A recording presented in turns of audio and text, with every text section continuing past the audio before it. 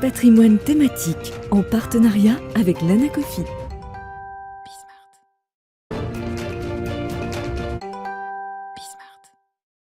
Et on commence donc avec patrimoine thématique. Un patrimoine thématique, je le disais en introduction, consacré tous les mercredis aux crypto-monnaies ou aux crypto-actifs. Aujourd'hui, on va s'intéresser à la façon de prendre en compte les crypto-monnaies dans sa comptabilité d'entreprise. Plusieurs cas peuvent en effet amener les entreprises à devoir intégrer les crypto-monnaies ou les crypto-actifs ou les actifs numériques, autant de définitions qu'on vous donnera plus tard, dans leur compte, comme le placement de sa trésorerie en crypto-actifs ou les paiements effectués ou reçus en crypto-monnaie. Pour en parler, nous avons le plaisir de recevoir Fabrice Evrard, expert comptable et commissaire aux comptes. Bonjour Fabrice Evrard. Bonjour. Bienvenue sur ce plateau. Alors déjà, j'en ai donné quelques-uns en introduction, mais quels sont les cas où l'entreprise a, d'un point de vue comptable, besoin de se poser la question des écritures comptables des crypto-monnaies dans son bilan ou dans son compte de résultat?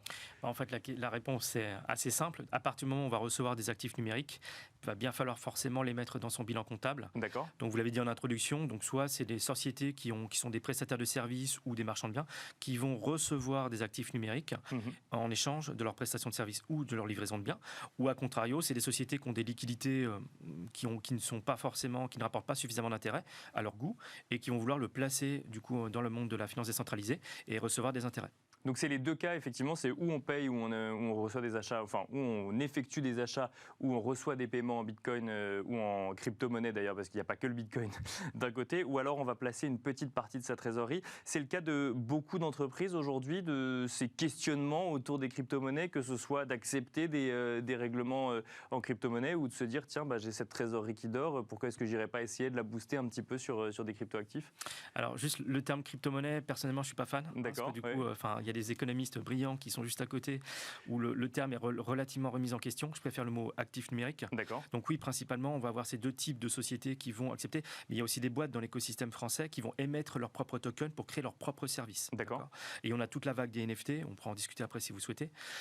Donc on va dire, le nombre d'entreprises qui se posent la question, ça a explosé depuis environ 6 mois. Où moi, régulièrement, on me pose des questions donc dans mes clients ou des prospects qui me sollicitent, ou même des confrères qui m'appellent en me disant tiens, j'ai un cas, mon client souhaiterait une holding patrimoniale, il a de la liquidité depuis plusieurs années où il n'y a pas de risque, il ne sait pas trop quoi en faire, il voudrait s'exposer légèrement du coup au monde des actifs numériques. Donc comment est-ce qu'il peut faire? Donc oui, c'est les deux cas les plus représentatifs des questions qu'ils nous posent actuellement. Et avec des questionnements au niveau des entreprises donc qui commencent à grossir effectivement. Et alors comptablement, est-ce que ça change quelque chose d'être sur des crypto-actifs ou de détenir des actifs numériques?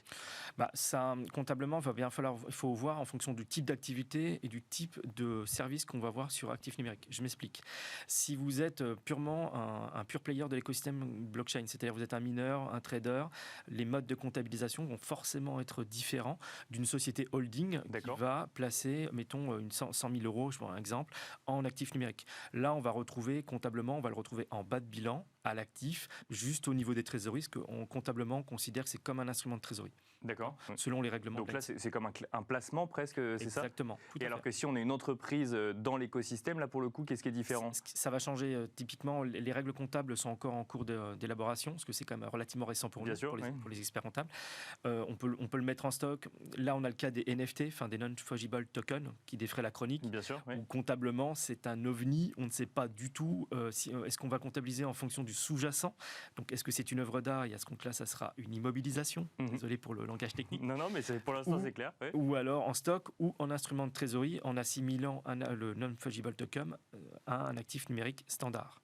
Donc la comptabilisation risque d'être différente. Et en fonction, en comptabilité, les postes comptables, que ce soit les IMO, les stocks et les instruments financiers, ont leurs propres règles de méthode de comptabilisation, leurs propres méthodes de valorisation. D'accord. Donc du coup, les impacts peuvent être totalement différents en fonction de la méthode de comptabilisation. Donc là c'est pour les NFT spécifiquement. Ouais, tout à fait.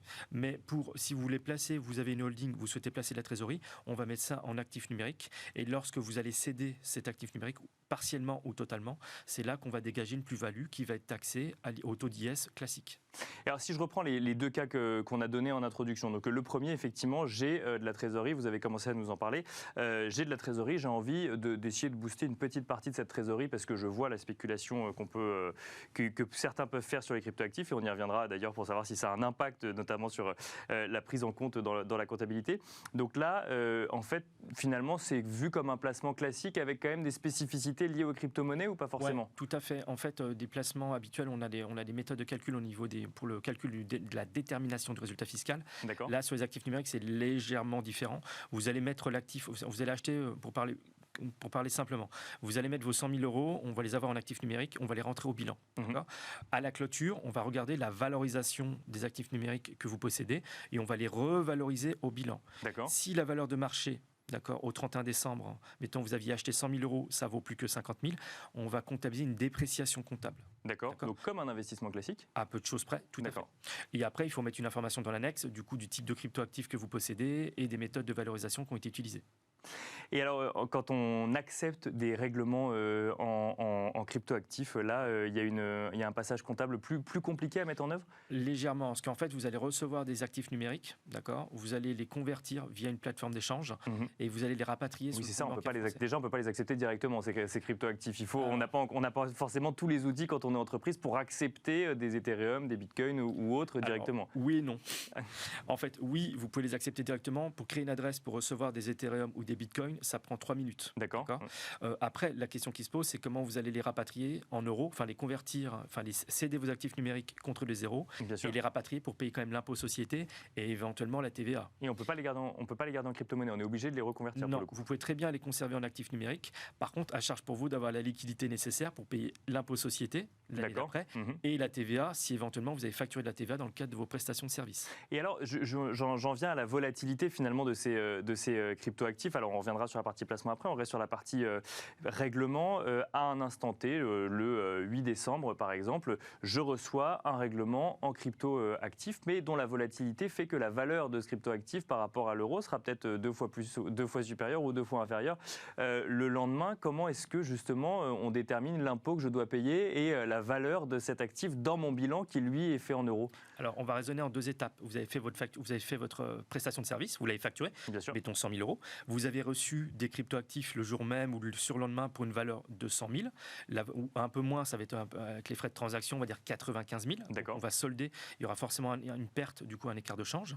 Par contre, tant que vous ne l'avez pas cédé, d'accord, contre un autre actif numérique ou contre des euros, ça ne va pas rentrer dans l'assiette de calcul de l'IS. Donc ça ne sera pas fiscalisé une deuxième fois. Par contre, c'est ce que je dis, il faut être très vigilant. Ça, j'attire vraiment l'attention de ceux qui nous écoutent. C'est qu'il faut avoir la liquidité nécessaire, du coup, pour payer l'IS. L'IS, vous le payez au mois d'avril, voire mai de l'année N+1. Mais sur la base des 100 000 euros alors? Exactement. Sur la base des 100 000 euros facturés dans une monnaie différente et en l'occurrence une crypto-monnaie. Et admettons, donc vous avez reçu 100 000 euros à l'époque en actifs numériques, sauf admettons que vos 100 000 se sont transformés en 20 000. À la date où il faut liquider l'IS. Le problème, c'est que vous allez retrouver, vous n'aurez plus la liquidité nécessaire en équivalent euro pour pouvoir payer votre impôt société. Et là, on rentre dans des considérations fiscales très dangereuses, notamment, c'est une faute de gestion, ce que vous auriez dû convertir pour pouvoir payer vos impôts.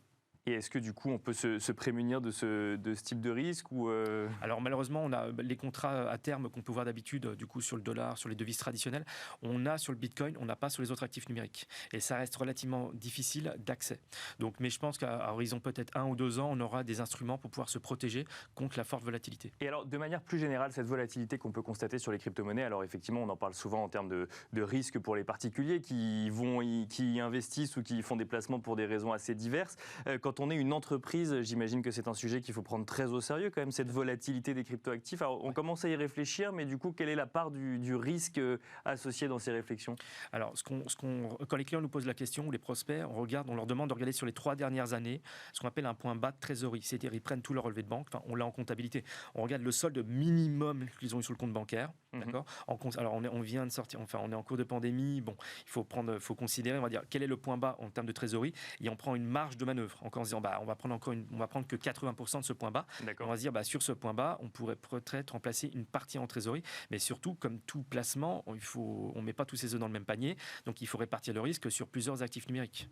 Parce que vous avez Bitcoin, vous avez Cardano, vous avez Tezos, donc il faut répartir le risque sur... Mais alors en matière de règlement, ça veut dire qu'on fait les conversions ensuite soi-même une fois qu'on a reçu dans une crypto-monnaie, ou on donne la possibilité de recevoir des règlements en 10 crypto-monnaies ou crypto-actifs différents? C'est à votre choix, du coup, ça vous de voir.